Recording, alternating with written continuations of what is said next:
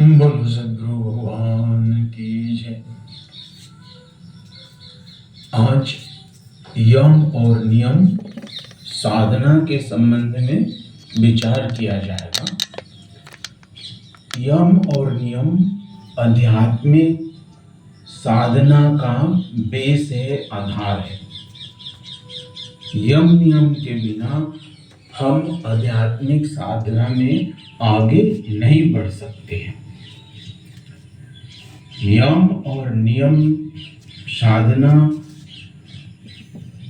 हर व्यक्ति को जो आध्यात्मिक पथ पर चल रहा है उसको पालन करना ही होगा।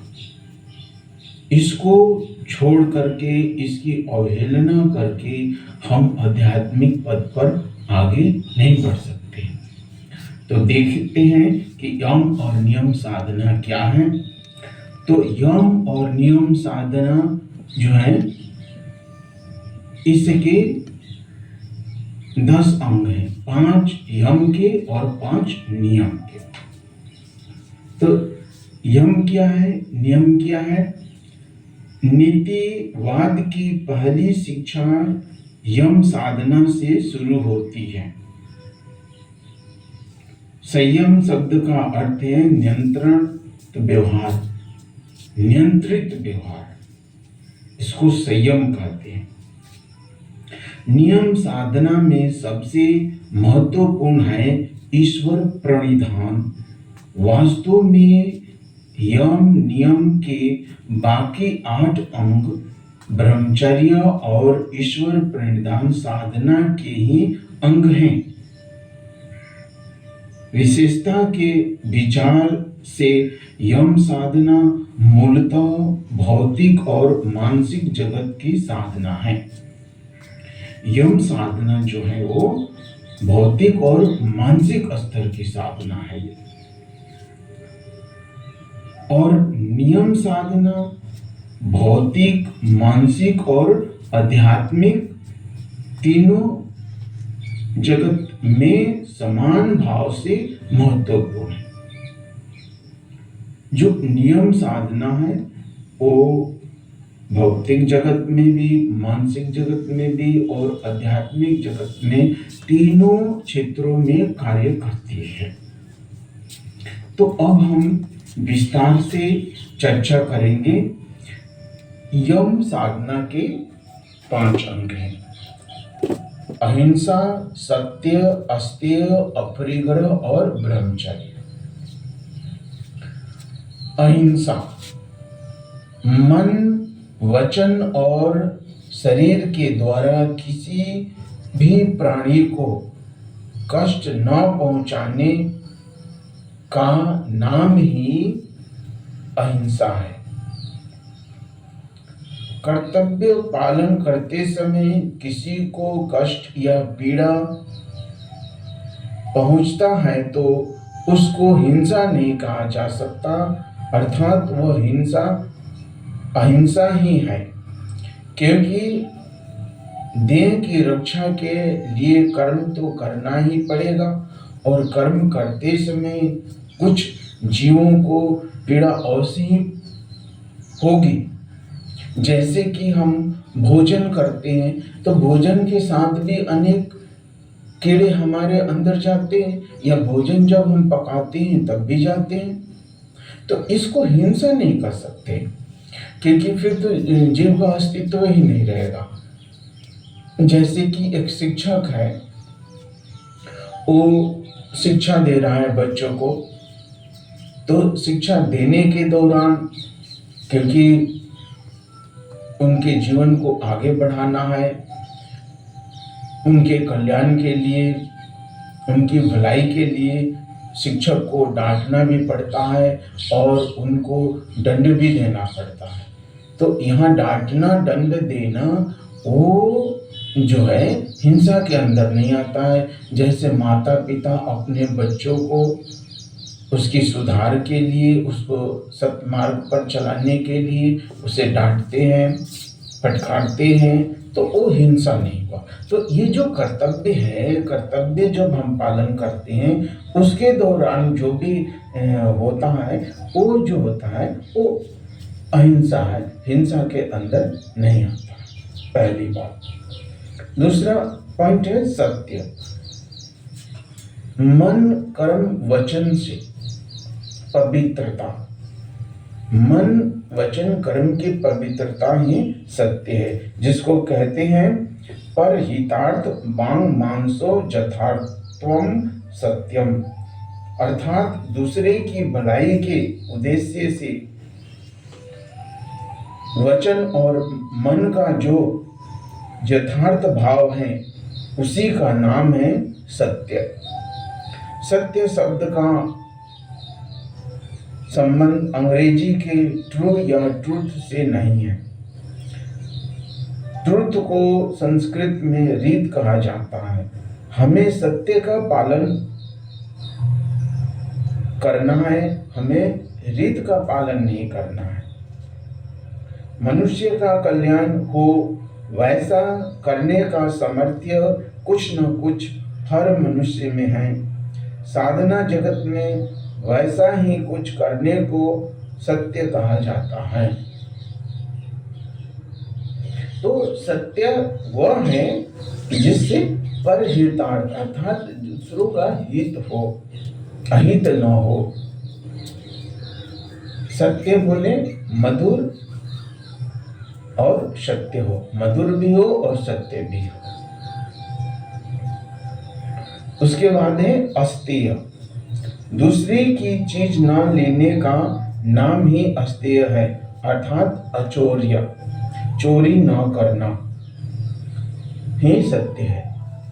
अस्तेय का अर्थ होता है चोरी न करना, अर्थात बिना पूछे हुए किसी दूसरे का धन, अर्थ या कोई वस्तु नहीं लेने का नाम ही अस्तेय है। मन, वचन और कर्म की पवित्रता को ही अस्तेय कहते हैं। मन से, वचन से पवित्र, अर्थात मन से भी हमें ये नहीं सोचना है किसी की वस्तु लेने की, और शरीर से तो लेना ही नहीं। तो दो प्रकार की चोरी होती है, एक तो मन से चोरी होती है, हाँ हमने मन ही मन किसी की वस्तु लेने की सोच ली, वो भी चोरी हो गया, मानसिक चोरी हो गई हो। और शरीर से चोरी होता था, पहले तो हम मन से सोचा और फिर उसको हमने लेने के लिए शरीर का प्रयोग किया। तो एक मानसिक चोरी होती है, एक शारीरिक। तो किसी प्रकार की चोरी हमें नहीं करना है, ना मानसिक करनी है ना हमें शारीरिक करनी है, किसी प्रकार की चोरी हमें नहीं करनी है। इसके बाद है अपरिग्रह। देह रक्षा की आवश्यकता के अतिरिक्त किसी भोग्य वस्तु के सेवन में नहीं लगे रहने का नाम ही अपरिग्रह है। देह की रक्षा के लिए अन्न, वस्त्र, घर, रुपए, पैसे सब चाहिए, लेकिन उसकी एक सीमा रखनी है, इसमें हमें संयम रखना है।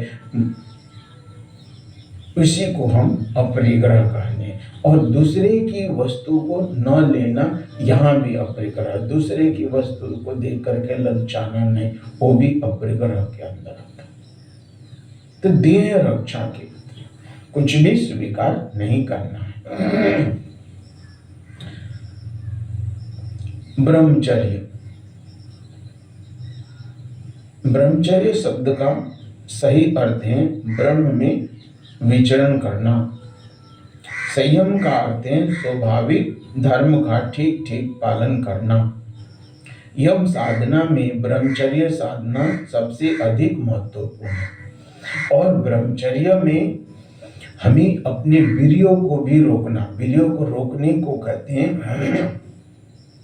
वीर्यों का संयम जो है वो भी ब्रह्मचर्य के अंदर आता है। जैसे कि बचपन से लेकर के 20-25 वर्ष की उम्र तक हमें ब्रह्मचर्य का पालन करना है। जो विद्यार्थी जीवन है उसको बोलते हैं ब्रह्मचर्य। तो हमें अपने वीर्यों को गलत ढंग से नष्ट नहीं करना चाहिए, गलत ढंग से निकालना नहीं चाहिए। और वीर्य का प्रयोग केवल संतान उत्पत्ति के लिए करना चाहिए, मनोरंजन के लिए नहीं करना चाहिए। वो भी एक प्रकार का ब्रह्मचर्य है और शरीर और मन की पवित्रता है। तब ब्रह्मचर्य का अर्थ यहाँ शरीर और मन की पवित्रता से भी है। हमें शरीर और मन की पवित्रता रखनी है। तो ये हुए यम के 5 नियम। कौन कौन से? अहिंसा, सत्य, अस्तेय, अपरिग्रह और ब्रह्मचर्य। अब नियम साधना में क्या क्या है? शौच, संतोष, तप, स्वाध्याय और ईश्वर परिणाम, ये 5 अंग नियम के हैं। शौच क्या है? नियम साधना का पहला अंग है शौच। शौच का अर्थ होता है पवित्रता, शुचिता, सफाई। यह शौच 2 प्रकार का होता है, एक बाहरी शौच, दूसरा मानसिक शौच। तो शौच भी 2 प्रकार का होता है। जैसे मैंने बताया ना, चोरी भी 2 प्रकार की होती है, एक मानसिक, एक शारीरिक। उसी तरह से शौच भी 2 प्रकार का होता है, एक मानसिक है और एक शारीरिक है। मन वचन की पवित्रता। शौच क्या है? मन वचन और कर्म की पवित्रता। हमें मन से भी किसी का बुरा नहीं सोचना है, शरीर से तो बुरा करना नहीं है, लेकिन मन से भी हमें बुरा नहीं सोचना है। और एक होता है आंतरिक सोच, एक होता है बाह्य सोच।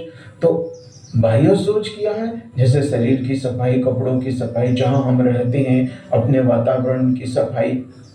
और मानसिक सोच क्या है?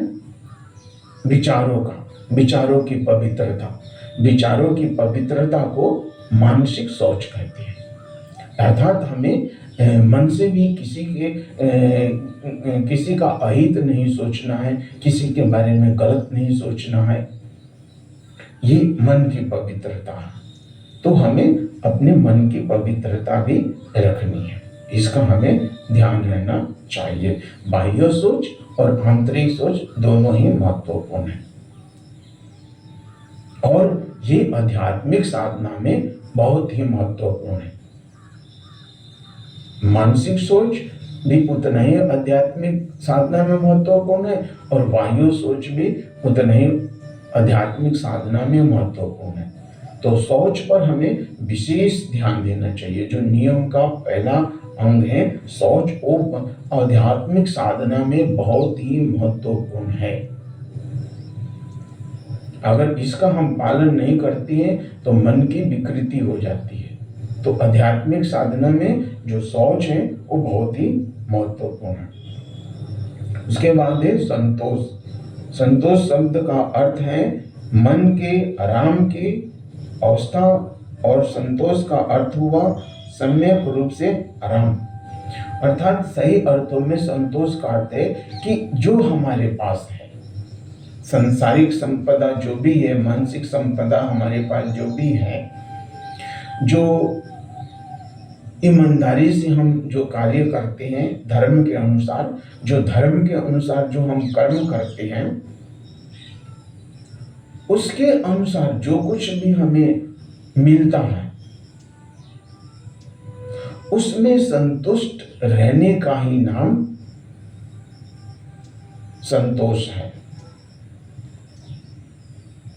संतोषम सुखम। तो संतोष भी आध्यात्मिक साधना में बहुत महत्वपूर्ण है। तो हमारे पास जो भी है उसमें हमें संतुष्ट रहने से क्या होता है? मन प्रसन्न रहता है। और जब मन प्रसन्न रहता है तो हमारी आध्यात्मिक साधना में जब मन की पवित्रता रहती है ना, तो तब हम आध्यात्मिक साधना में बहुत सहजता से आगे बढ़ पाते हैं। तो हमें संतोष रखना चाहिए। तप शब्द का अर्थ है मंत्र सिद्धि के लिए साधना। शौच साधना के लिए तुम्हें जनहितार्थ क्लेश सहन करना ही पड़ेगा, ऐसा कोई आवश्यक नहीं है। अर्थात तप तप में दान सेवा भी तप के अंदर ही आता है। अर्थात तप का अगर सही अर्थ हम बताएं तो तप का अर्थ यह है कि जो लक्ष्य की प्राप्ति में, जो हमारा जीवन का गोल है, जो हमारे जीवन का लक्ष्य है, उसकी प्राप्ति के लिए जब हम चलते हैं तो जो कुछ भी उसमें कष्ट मिलता है उसको ही तप कहते हैं। और उस कष्ट को हमें खुशी खुशी सहन कर लेना चाहिए। तो जो लक्ष्य प्राप्ति के रास्ते में जो कष्ट मिलता है उसको तप कहा जाता है, उसको सहना ही तप है।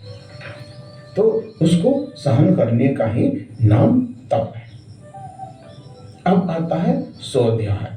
तो स्वाध्याय का अर्थ है शास्त्रों का पठन पाठन, अर्थ समझ करके, उनके भाव समझ करके, अर्थ और भाव समझ करके शास्त्रों का पठन पाठन को स्वाध्याय कहते हैं। और स्वाध्याय का एक और अर्थ है अपने को समझना, स्वयं का अध्ययन करना, अर्थात अपने एक एक शरीर की क्रिया, मन की क्रिया को समझना, अपना स्वभाव, अपने स्वभाव को समझना भी एक प्रकार का स्वाध्याय है। स्वाध्याय, स्वयं का अध्ययन करना, अपने स्वभाव का अध्ययन करना और उसमें सुधार करना। तो एक तो अर्थ हुआ शास्त्रों को अर्थ समझ करके पढ़ना, और दूसरा हुआ कि स्वयं अपने स्वभाव का अध्ययन करना और उसमें सुधार करना, ये स्वाध्याय हुआ। तो ये हमें प्रतिदिन करना चाहिए। अब आता है ईश्वर प्रणिधान, जो नियम साधना का सबसे महत्वपूर्ण अंग है। ईश्वर शब्द के अनेक अर्थ हो सकते हैं, पर यहाँ ईश्वर शब्द का अर्थ है नियंता, नियंत्रक, कंट्रोलर, जो इस विश्व ब्रह्मांड का नियंत्रक है, नियंत्रण कर रहे हैं, वे है ईश्वर। ईशति जहसा ईश्वर, he who controls is called Ishwar. स ईश्वर अनिर्वचनीय परम प्रेम स्वरूप। ईश्वर क्या है? अनिर्वचनीय है, जिनको हम शब्दों में, जिनकी हम व्याख्या नहीं कर सकते, शब्दों में हम जिनको बांध नहीं सकते। और क्या है? परम प्रेम स्वरूप है। प्रेम स्वरूप ही नहीं, कैसे हैं? परम प्रेम स्वरूप है। तो ये है ईश्वर, जो आध्यात्मिक साधना का महत्वपूर्ण अंग है। इसी से हमारे कल्याण कहिए, आप कल्याण करिए, मुक्ति मोक्ष कहिए, इस ईश्वर प्रणिधान के द्वारा ही होता है।